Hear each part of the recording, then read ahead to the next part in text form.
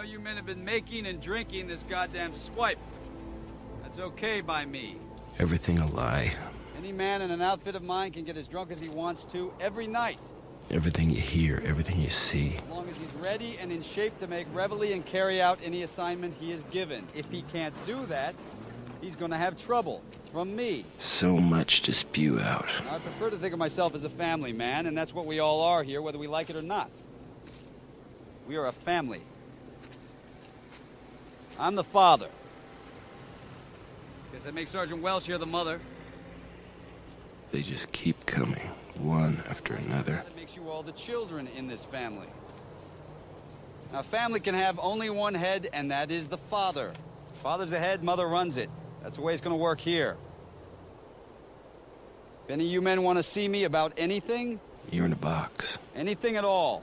A moving box. You will find that I am available.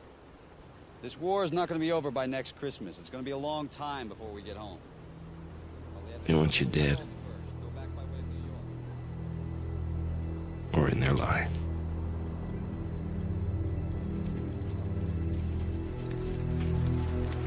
Only one thing a man can do.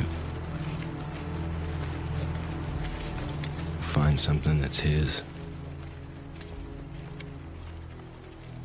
Make an island for himself.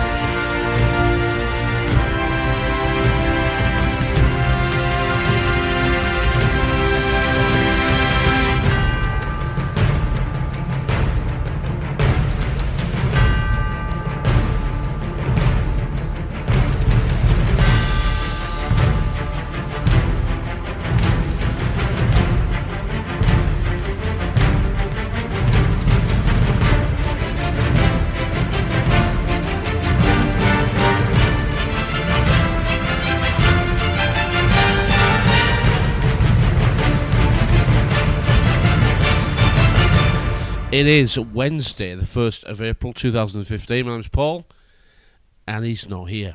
He's not. We did a show last night. We actually recorded the show last night, and I've listened back to it.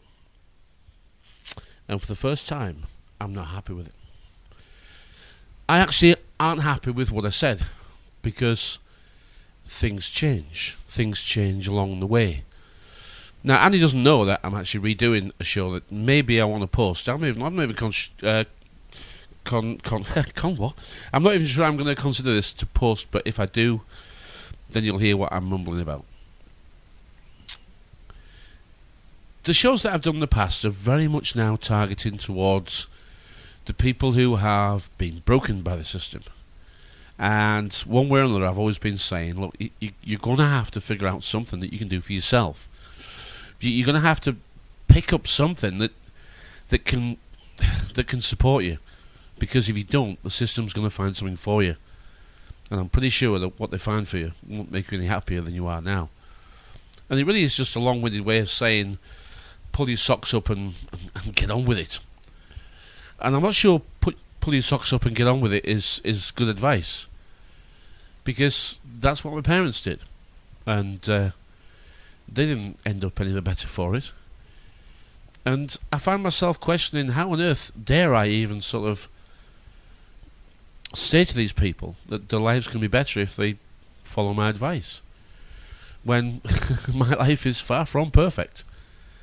I have, in the system that we accept as reality, I maybe have more than some, and I have the freedom and ability to move around and buy and you know, be the things that I want to be. But although that might sound like freedom and more of it, it isn't really. It's just the ability to pretend you have it. The reason why I'm sat doing this show is because it's been bothering me all day. I listened to last night's show and I'm not happy with it. Nothing that Andy did. Andy is absolutely fine. He's my best pal. If you've been listening to the shows, there is no other pal that I have like Andy. But sometimes you do travel this road alone. And sometimes just sat on my own in a little radio room here, putting my words onto this computer here, it helps me. That's why we do it. If it helps somebody else, fantastic, but that's not what we do it for. It's a very selfish way of approaching reality. Most people on YouTube do it for whatever reasons, their own personal reasons, and I don't choose to question them. Some people try and make a business out of it, and I don't have any problem with that at all. But you understand people who do try and make a business of it have a vested interest in keeping this system going. And it certainly doesn't show any signs of stopping. So maybe keeping this system going is maybe that's just how it works, I don't know. But I'm starting to wonder, what on earth are we doing? Well, we're sat here trying to tell people where they're going wrong, trying to say, look, there is another way of looking at this, there is another way of seeing this, there is another way of being. And yet, that's not what people want to hear, is it? What they actually want to hear is, how on earth are we going to get out of this mess? And everybody has their own methods, you know. Some are leaning towards the New Age stuff, some are convinced that cannabis and that sort of thing is the way forwards, and everybody's focused on something that they feel is important to their lives. And so they should be. I don't think that it's not my job to tell you what you should be focused on, as long as you're putting up some resistance. The resistance is all we have. There is nothing else that we can possibly do, really. We can shout and bawl and protest, but I think we've learnt over the years that doesn't really actually work, does it? And I've said bad education before, but that's because somehow I put myself in a position of perhaps, yes, I think I've educated myself to a little higher standard, but only the highest standard from where I was. I can't apply it to other people's knowledge. I mean, it sounds like I do, and sometimes I think I do, but I shouldn't. I know what I know, and whoever's listening, you know what you know. A lot of it's opinion, a lot of it's experience, and a lot of it's somewhere in between. But that's what we have to deal with. Today has been a pretty heavy day for me. After all these years, you tend to feel that these days don't come around so often. They don't. Reality doesn't sort of kick you in the teeth like it used to. You know, years gone by, I can remember having dark days and dark thoughts, and yeah, it hurts. Today has been one of those days that I wasn't expecting to sort of feel again. And I think the reason is that I have had a number of students over the past couple of years. And I call them students for want of a better word, because they're not students at all. They're people who just listen to what I say and, well, maybe they get something more out of life than they had before they came to listen. But I'm not quite sure if I'm helping them or hindering them. You know, today's been one of those days where you sort of say, what's this all for? I mean, am I making a better person, or am I just making myself more depressed? And the answer is true on both sides. You know, you do really have to look at both sides, and the fact is that it's a darker world now than it was 30, 40 years ago. And the people are darker as well. You know, look at the wholesome TV that we used to have when we were kids, you know. That TV was good TV. It was wholesome TV with good positive messages. It's hard to find that TV now. It's hard to find anything that's got a message in that would be classed as a family valuable, wholesome sort of message. We are where we are, and I'm here as well.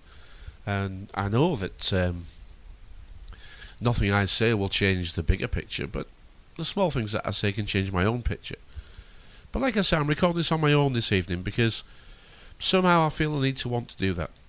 Not happy with last night's show, not happy with the way that I do things anymore. I think it's going to change. I think I'm going to have to change how I approach this reality and how I approach the people in it.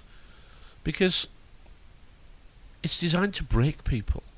It's designed to switch you off. It's designed to make you disinterested. It's designed to get you to withdraw. It doesn't need you, so it wants you to sit back and allow it to take control and put up no resistance, and if you do, then we'll threaten you with all sorts of sanctions and withdrawal of support.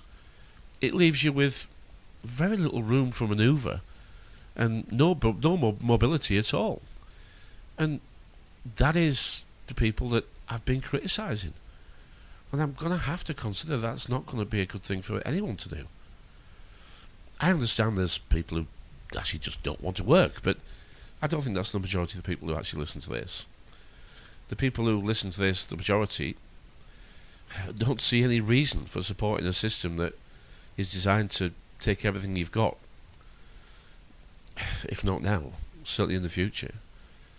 You know, people can say, oh, the pensions have been released. I mean, you know, the governments are giving our monies back. The insurance companies have been forced to refund and give us all our profits all in one go, rather than keep them all and hope that we die before we've taken all our pension. Yeah, it sounds great, doesn't it? But those that are listening probably say, yeah, Paul, but you're going to need that money to pay for your healthcare, aren't you? You're going to need it. They're only releasing that money to take it off you for in the future. It's not pretty. I'm having a not pretty sort of day looking at the world. You know, they say if you can't find a nice person, and the world is full of nice people, if you can't find a nice person, just jolly well be one yourself. And I sort of used to go with that, and I do try and live by that, but sometimes it's not quite so easy. As the money runs out and the oppression gets ever more so, it's just not good. It's just the world is being made darker. The people are obviously, if we really cared, we wouldn't be in this mess, would we? The people are being, you know, segregated, isolated, being made paranoid and lonely and confused and scared. And everyone's suffering from these symptoms. Everybody is. And yet, when you ask them, they say, we're fine. And you sort of know they're not. Because you sort of know that you're not. So how can they be fine when the fact is that they shouldn't be fine? You know, we've got an entire population here in this country who have got less money and more bills than they had this time last year. This is just the hamster wheel just speeding up and speeding up and speeding up. Is it somebody's fault? Well, it's a whole range of reasons why we've got to here. And we can shout and bawl at the mummy and daddy system that we live in. I mean, that's what I played at the beginning, the thin red line. Because everything is a mummy and daddy system, because it never wants us to grow up. It always wants us to be reliable or relying on or dependent on them. This is how the power is maintained. That they deny us the ability to actually provide all we need for ourselves. Although, just one step removed, we actually supply and make and pay all the taxes and services ever. They just make the rules and regulations to somehow prevent us from being so successful without them. The world is so complex but simple. I wish I could say it better than these words, but I don't have the articulation. I'm not smart enough.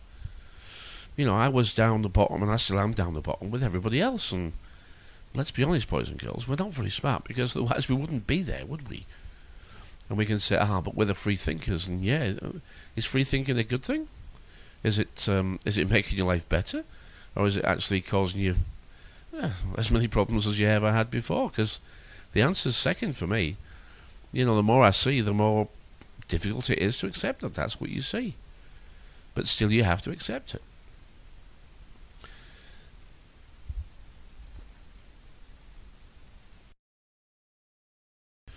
Looking back today, I was thinking back to the beginning, back to when I was scared, back to what was it I was scared of? What was the fear control for me?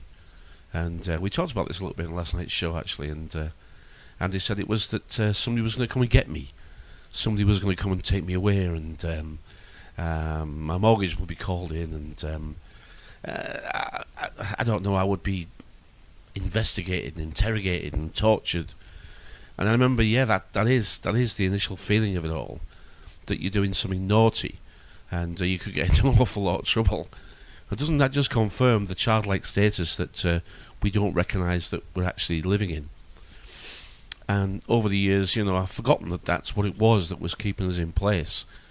We were fearful of the consequences of discovering what we claimed to be the truth at that time. And for us, for a while, it was the truth. It was, but it was only an internet truth. It wasn't something that we could speak back out again.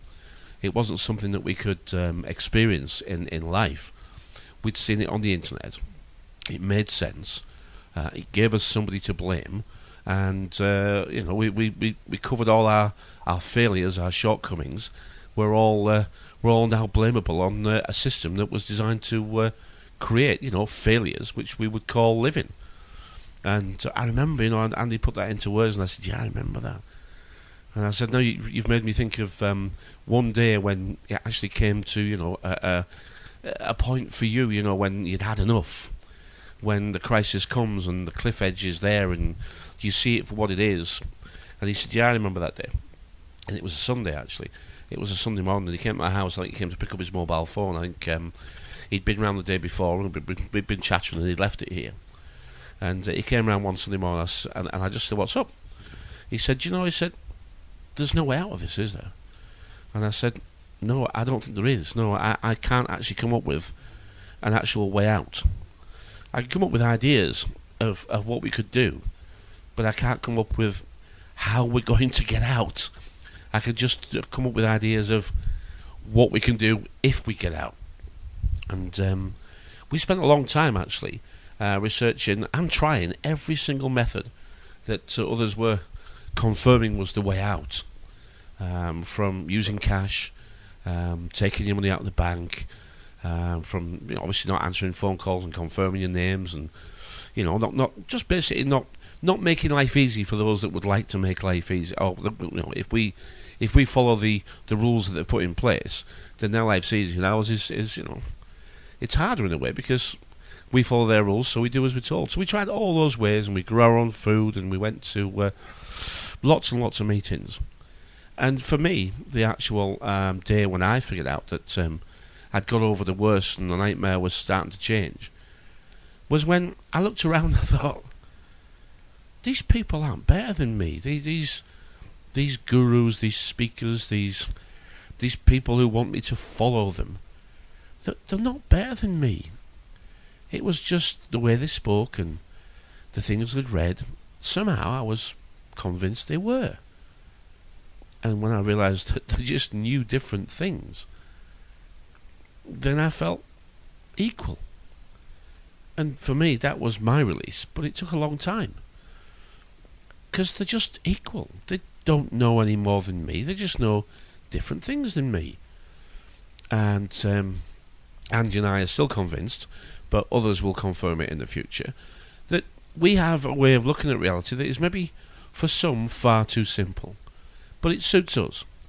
And all we've understood so far has really not been by actually YouTube or reading books or listening to whoever. All we've understood about the depth of the language and the lives that we live has been our constant study of the language and the reason why one word can mean so many different things. Because there is no reason that a word should mean a number of things unless it's meant to mean a number of things. And that number of things, it's good or evil, and it's your ability to decode it as the levels of intelligence improve. And I am not trying to claim I'm any smarter than anybody else here at all. But it is our understanding of the language that allowed us to look around and realise that this is our very basic programming. We're programmed with language. It's a bit like learning to drive a car. It's a lot like learning to drive a car. You know what to do and what to push and what to press. But you've no idea how it actually works. You just know how to use it. Well, that's the language. You don't really know where the words came from or what the reason that they exist are, but you know how to use them. And we're constantly going round in circles because we can't actually understand that this language is designed to make us do that. And people say, oh, I've heard people say this before, the spin doctors. I've heard them do this, So you haven't really. You just think you have. You tell me why your life goes round in circles, and they'll say revolution. It's a cycle. It's an ongoing thing, and we should push for revolution. We should push for the next revolution. So, well, are you sure? They say, yes, okay. But where does a revolution take place? It takes place in your head. There is no day for revolution. There's just your time. your ability to see it, to feel it, to experience it. I sometimes wonder if we're being allowed access to this information so widely because it domesticates us. It actually does domesticate us. I mean, I'm just a guy from Yorkshire who you know, who's as rough round the edges as most guys from Yorkshire. And should you try to upset me, I'll not have many problems telling you that you have.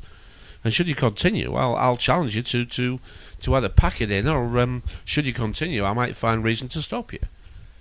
But that's how I used to be, because I felt somehow that that was how life had to be lived. And maybe it does. But the study of this side of things doesn't make you feel like that at all. You just look at the face that wants to fight with you and think, why? Why? There must be some method that you've convinced yourself that I'm trying to hurt you. Because I'm not, but you think I am, so here we go. I wouldn't back down, because if you're going to hit me, I'm going to work out you're going to hit me, and I'm going to defend myself. But fighting isn't going to be the way forward, is it? But then the non-aggressive principle is what we're all being indoctrinated to look forward to, which leaves us vying for world peace.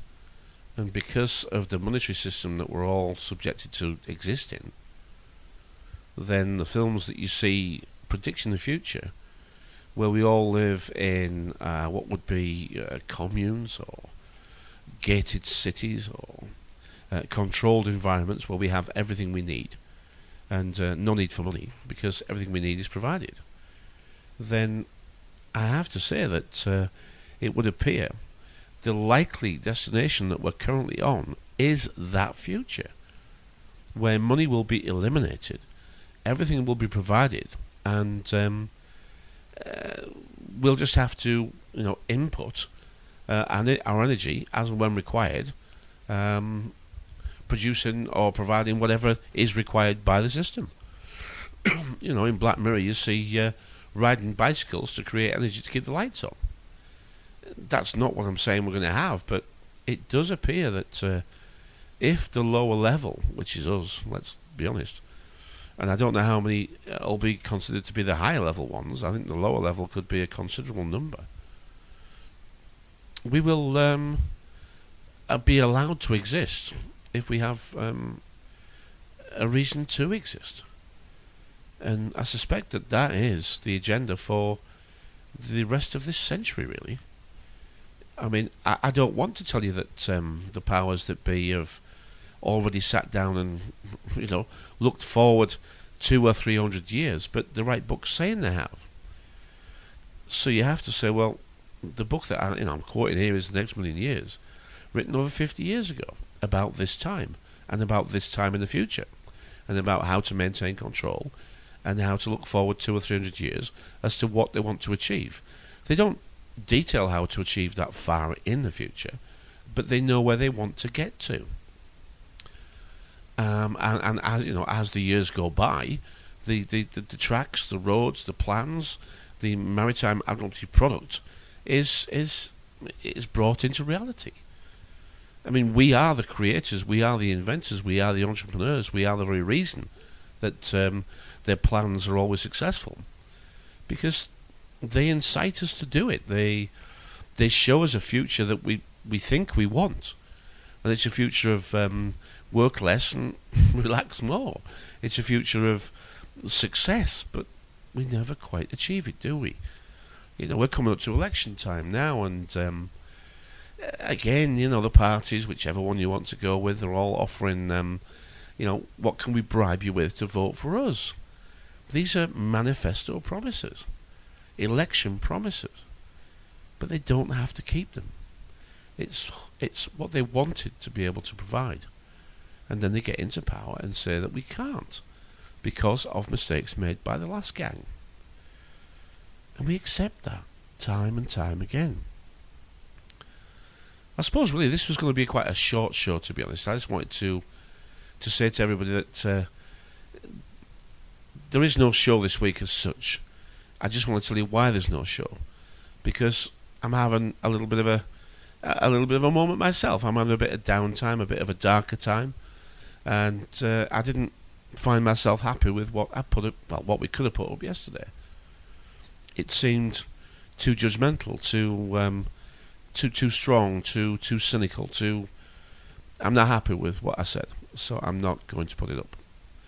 And I wanted to apologise to anybody who's heard me in the past and perhaps feels that, I am a Tory, I am a capitalist, I am somebody who, doesn't care about other people, when the truth is that isn't actually true. I can't say that wasn't true a couple of years ago. I can't even tell you that it was true a year ago, really. I think as my understanding improves, my ability to be compassionate and empathy is something that is increasing, really. I'm starting to try and feel and to learn and to understand that not everybody has the talents I have, and I don't have the talents other people have. And out of all the people that live in this world, not everybody can be a winner, because the game is rigged. The game is designed to provide us with losers. The losers are the ones that just can't fit in. The losers are the ones with probably the most free thinking. They just cannot get along with what is an indoctrination program that nobody should be happy with. The love and light boys and girls, the drugs boys and girls, the extraterrestrial boys and girls, all the other alternatives, they're not for me. But you know what? If they're for you, and they're actually making a difference to your life, and making your life easier to get through, it's about time I kept quiet and let you get on with it. I always thought that what we had to say would be popular. I thought that quietly, we might be quite successful, and I was quite concerned about that, because I didn't really want to be an internet success. In my previous life, not that I've been reincarnated, but before I sat down and did chip shops, I used to be in the entertainment business, and some people might know that and some people might not. But not vocally. I used to play music. I used to be, a decent DJ, really. Not the best, but decent enough. And I actually nearly got the opportunity to be quite recognisable, and I thought that that's what I wanted. But when the time came, I turned away. I won a radio competition, actually. I won a phone-in radio competition. I won £10,000. And this is just another example of how I didn't know who I was, but looking back, of course, I always did. I actually won a phone-in radio competition, and it was regarding the Coyote Ugly movie, and the promo was it was 3 nights, 4 days in New York, first class travel, proper holiday, and I had to phone in and enter the competition, and I did, and I won. And we went for I've got 2 competitions mixed up, but I've won 2 competitions. The Coyote Ugly one, I won that, went to New York. The other one was a cash win competition for £10,000. And I got the £10,000 cheque, and I thought, what I'm going to buy? I'm going to buy myself a little sports car. Always wanted one. And the DJ business, I was driving, vans and wagons and estate cars and nothing that you'd be proud of. And I got myself a little sports car. And I drove it 3 times in 6 months and sold it. Because it didn't fit. It didn't fit me. And I didn't realise it wasn't going to fit me. But it didn't fit me. And I'm sort of okay with that. So yeah, the fame and fortune and recognition, I was a bit concerned that YouTube might sort of, I might get a little bit too much recognition. I'm grateful I didn't, because the message that I had to share wasn't quite as pure and as proper as it should have been. But like everybody else that you listen to on here, they're growing, they're moving, they're changing, they're adjusting, and they're trying to be better people as well, just like you are. So whether we're right or whether we're wrong, how we feel is what really matters. Our heads tell us one thing, but our hearts tell us other things, don't they?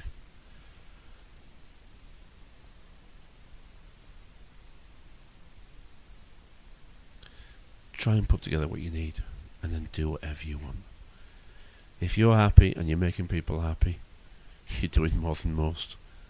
Look around at the world we live. Look at it. It's full of people who just are just surviving. They're getting along, you know. They have this illusion called credit that makes them think they're successful. Gosh, it's not, is it? It's not. It's kicking your kids' happiness further down the road. And somehow those advertisers, those darn clever advertisers, they make us think we want things to be happy. And we know, don't we? As soon as we bought the thing that we thought would make us happy, we know that it's not going to make us happy. It is Christmas every day if you want it to be. And we try and buy ourselves a new present every day, instead of looking at the present that's been given to us. If we can unwrap the present that's been given to us, and that's a new present every day, then perhaps we might learn more than any of the material stuff that we've been substituted to convince ourselves that we're living a life of happiness. The shows are going to change, and I suspect that we're probably going to have a week or two off, actually, while I just sort of think about how I want to move the Unpenned Show forward. It's not because I want you to be listening or grateful. It's because my journey hasn't ended, just like yours hasn't. My journey changes and challenges and hurts along the way, but gives me an awful lot of happiness once I can see what I need to see. So, a slightly shorter show, but still a show that I hope you understand why I've done what I've done, because I wasn't happy with yesterday's show. So I haven't actually apologised to Andy yet for not putting his show up, and I just wanted to use this one. It seems somehow important for me to say that I think the fact that my mind is changing means the shows are going to change, and I hope it's a positive change. So between now and the next show, have a great bank holiday weekend. Until next time.